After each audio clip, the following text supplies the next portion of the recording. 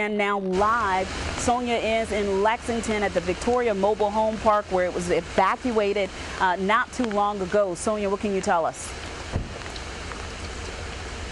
That's right, Darcy. We are here at Victoria Mobile Home Park. I'm going to step aside just for a little bit so you can take a look at how bad the flooding is here. There is a couple cars completely underneath the water.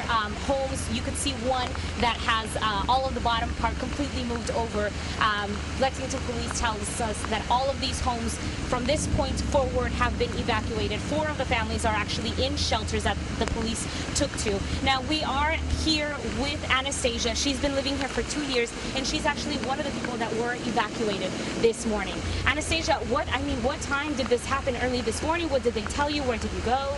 It happened like 5 o'clock this morning. They banged on the door saying we had to evaluate to get some IDs because of the flooding. Now, what did you think when they told you? Have you ever seen anything like this before? No, ma'am. What did you think when they told you that? Where'd you guys go? I went to Columbia to my aunt's house to go there for a couple hours. Have they told you anything about what's happening next? What are you going to do next? That I don't know because they didn't really explain nothing to us. So we just, got out and just went to my aunt's house. Yeah. I mean, the flooding here, as you can see, is very bad, Darcy. Many people have been evacuated. Thank you so much, Anastasia. Like Anastasia, some people were taken to shelters. The Lexington Police Department does let me know to tell people, if you have an issue, if you're experiencing flooding in your home, to feel free to give them a call. Their police station is open. You can go to them. They have shelters that they can take you to. If you need any help, they'll be there. Darcy? Sonia, we're going to ask you to do something for us again this afternoon that you've done for us a couple of times this morning. We know that we have a number of viewers, a number of people who will be watching us in this critical situation, and English may not be their first language. We know that the Latino population here in the Midlands continues to grow, and we know that you are fluent in Spanish. So if you could just take a moment and just communicate what's been going on here in the Midlands in Spanish for us, I think that's going to help a lot of people. Absolutely, Darcy. Para nuestros televidentes que hablan español, estamos aquí en Lexington ahorita, donde pueden ver hay inundaciones que ya han sacado a familias de sus hogares. Si necesitan ayuda, ya hay albergues en Lexington y en otras partes del estado. Si necesitan ayuda, tenemos un artículo en el internet para que con recursos, con números de teléfono, de lugares a donde puede ir, cualquier cosa, comuníquese con las autoridades o puede ver a nuestra página de internet WLTX.com. Hasta ahorita hay algunos lugares como aquí que han estado inundados. La mayoría son lugares que están como en zancas, pero de ahí en fuera les pedimos que tengan mucho cuidado. Si no tienen que salir, no lo hagan. Si están en casitas secos, quédense ahí. Muchas de las iglesias que yo he hablado ya han cancelado su servicio, así es de que si no tienen que salir, no lo hagan y tengan mucho cuidado. Sonia Gutierrez, live for us in Lexington. Darcy. Sonia, thank you so much. We'll check in with you again in the next couple of minutes. Of course, we're going to continue our live team coverage of this story that's making headlines not only here in South Carolina, but around the world. We heard from Richland School District 2 within the last hour. They held a briefing at the district office. Several people delivered remarks. News 19's Sonia Gutierrez was there. She joins us now live with those details. Sonia. Darcy, that's right. Richland 2 school district officials just wrapped up this conference minutes ago where really the main takeaways were that this kind of action is completely unacceptable and will not be tolerated by the staff both in the school and the staff coming from the Sheriff's Department. Now, moving forward, the plan of action is to enhance training both for the staff, for the school and the students and the Sheriff's Department to make sure that they understand really the difference between disciplinary action and criminal action. Learn how to de-escalate those situations rather than escalate them and reach that level. Now, we did ask them, were the social workers or the psychologists or the counselors contacted before the SRO was? And this, of course, is still under investigation, and they do say that this is something that they try to include in their procedure for any of the classroom disturbances. And the principal for Spring Valley High School was here as well, and he does mention that earlier today, they met with the students, all of the school administration, as well as the counselors. They've heightened more staff in the building to answer their questions or any concerns that they might have to try to go on the day as regularly as possible. Now, for the questions that people at home might have, the board members are having a meeting tonight where people can attend later on at 7. And the board member chair does say that as far as Deputy Fields, he is completely banned from any of the buildings that Richland 2 has, any of the schools, any of the buildings. He is banned to go there. So it was a tense feeling in the room. We had a lot of questions for the district, and a lot of things are still in the investigation, but they are definitely dealing with this situation right now, Darcy. Our job is to deliver flowers, and that's what we do.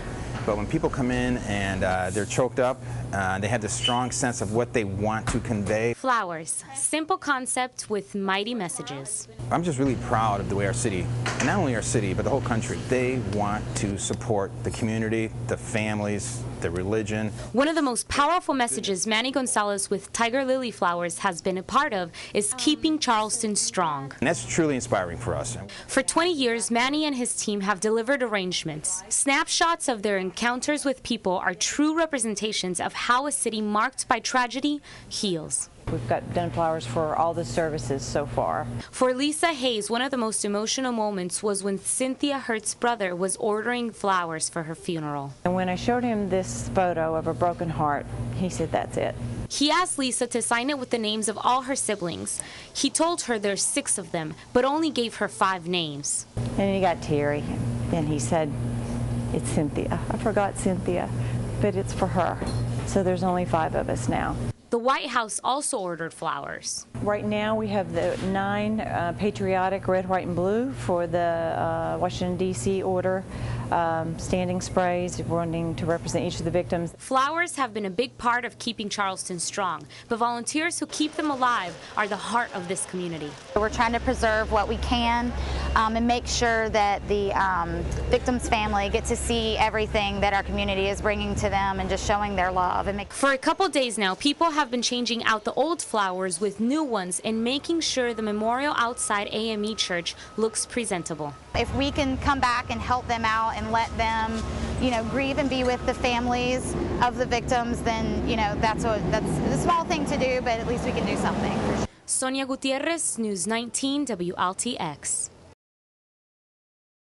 Rosewood Baptist Church, we went to St. Andrews. Sitting in the hotel room that Brenda Donald has called home for over a week. From Lexington. She recalls close to 10 places where she and her daughter have been since their apartment was underwater. Here, and then I've been here ever since. But the voucher to stay here is set to expire in just a few hours. I have my place. My place is being fixed on. I just need something temporary until I can move back into my place.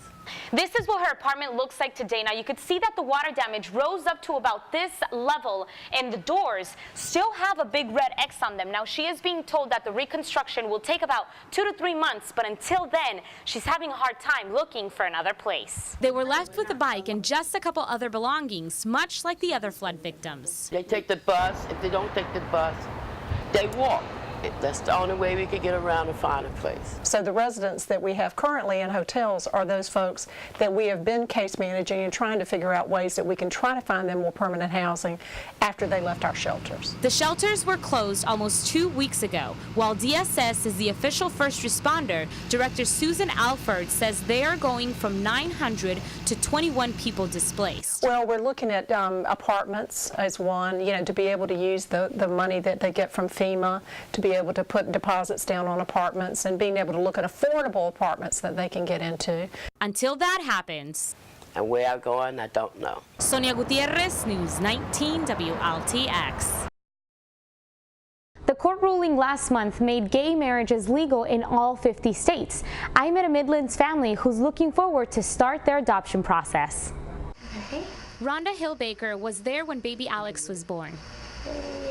She considers herself his parent. It's a security knowing that either way, he's taken care of. She is married to Jennifer Hillbaker, who had Alex 10 months ago through advanced fertility. Rhonda was there every step of the way, and now she wants to be there for Alex permanently as an adoptive parent. Now, with this decision, it makes everything complete. The Supreme Court made all states recognize gay marriage, and now their adoption process has significantly changed. Yes. Basically, we're having to do a step-parent adoption. We don't have to go through all the home visits. We do have to have a guardian ad litem, and we will have a court date, but that's it.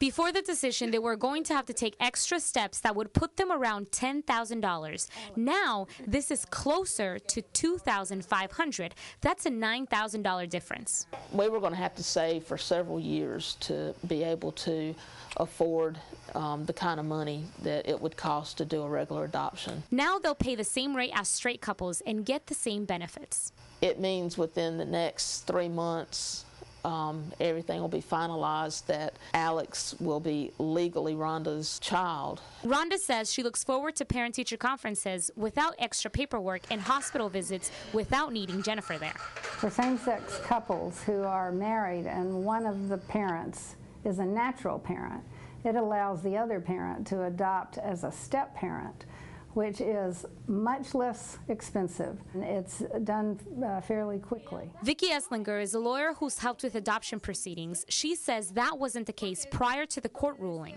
There is one important thing she wants all parents to remember. Once the partner adopts this child, and if you get a divorce, you're on equal footing as to who gets custody of the child, because you're both full parents. For couples like Jennifer and Rhonda who have one birth parent, they now have the option to do step-parent adoptions rather than having to do regular adoptions that take more time and money. From the Information Center, Sonia Gutierrez, News 19 WLTX. One day I woke up and I was in a lot of pain. My dad was like, oh, take some Motrin, like it'll help, you know, maybe if you're swelling or anything. So I took that. Stephanie Warren is a fighter by nature. I worked out twice again, and then the next morning I tried to stand up, and it was just really painful, and my whole leg was numb. 2 years ago, she underwent spinal surgery. I technically only have like maybe half of my disc in my lower back. It all worked out, and I'm here, so. Now she's preparing to compete in the 2015 Ringside World Championship boxing tournament, happening next week in Independence, Missouri. When you have a spinal injury like that at such a young age, you're really prone to have that happen again. So this has kind of been a great sport for me because I can give it all, like I can put a lot of effort into it, I can work out really hard. She trains every day, twice a day, is a third-year law student and a law clerk for the Lexington Public Defender's Office. Her strength to punch through any challenge is palpable. The world, you have 7 different countries, everybody in the United States competing for one spot. Dominic Robinson-Neal is Stephanie's trainer. This is the second time he's taking someone to a world championship. I'm taking Jalen Prigden and Stephanie because they've been the most consistent and they've been working the hardest. There will be 62 divisions competing for 4 days. So with 1,500 boxers, you have 6 rings set up and all fights going in 6 rings at one time, over 100 fights in the morning session, over 100 fights in the evening session. It's real big because it gives them a lot of exposure. For the young girls watching, this is what Stephanie wants them to remember. But find those couple things you're really passionate about and like put everything into it, and you'll reap the rewards and you can get it done. Sonia Gutierrez, News 19 WLTX. Durante este tiempo tan difícil que nos recuperamos de las inundaciones, queremos recordarles que estamos aquí para servirles, porque las inundaciones nos han afectado a todos por igual. He estado en la comunidad platicando con ustedes y me cuentan que hay una gran necesidad de servirles en su lenguaje, en sus comunidades. Les queremos recordar que el Canal 19 siempre estará a su lado, porque juntos saldremos adelante.